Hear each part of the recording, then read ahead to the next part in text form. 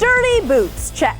Water bottle, check. Enough knowledge to take on a long, steep trail in bad weather? Yeah, maybe not so much. Hiking has surged in popularity the last few years, but that includes a lot of beginners making risky choices. So we are keeping you safe in every season with a how-to guide to hiking. Hiking is a great way to get exercise or just get away from it all. But whether it's a short hike or a long trek, you're heading out in the wild. So consider your safety. Where do you start? How do you learn what to hike? What kind of shoes do you buy? How much water do you carry? Vincent Vasquez, managing member for C2 Tactical in Scottsdale, Arizona, shares some important hiking safety tips. For starters, prep for the weather. Talk to me a little bit about hiking all year round as opposed to just thinking that hiking is just a summer activity. Well, you can definitely do hiking any time of the year. It's just how much clothes do you need to put on? Right. But out in the summer, it's hot, right? So you got to be protective and careful and not go out too much when it's super, super hot. When it's cold, it's all about layers. You got to be able to stay warm. And when you're hiking, you can definitely perspire. So you also want to balance yourself with not having so many clothes that you're just sweating out all the water you have in your body.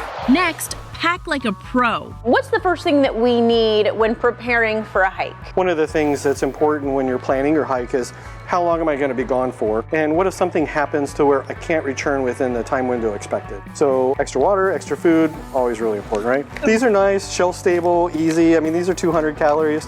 That's a nice snack to kind of keep you going, right? Vin says first aid kits are a must. A super basic thing. You got some first aid stuff, some cleaners, the Band-Aids. Pack a small thermal blanket or an emergency poncho just in case the weather gets crazy. And I think when we're looking at rescue, like how do people find us if we get in trouble? Yellow's a lot better than camouflage. Sure. If you get stranded overnight, you'll want a flashlight, small butane torch to light a fire, and a portable battery charger to keep your smartphone powered. Now, this is a great battery. It's good for starting your car, but it's also lithium, so it's lightweight. We can carry it with us, has a ton of power. You can find this gear online or at your local sporting goods stores. Finally, navigation and communication. What happens when we decide I'm not going to hike in town, I'm going to drive maybe an hour away? There's some great services like Gaia, where you can download the map to your phone so that it stores it on your phone, so even when you get out of cell service, it still shows you where you are. He also likes bringing a GPS device just in case. Same thing, we can download those maps, but we are not dependent on anything from the cellular network to provide us. This actually works with the satellites. And this particular one that Garmin provides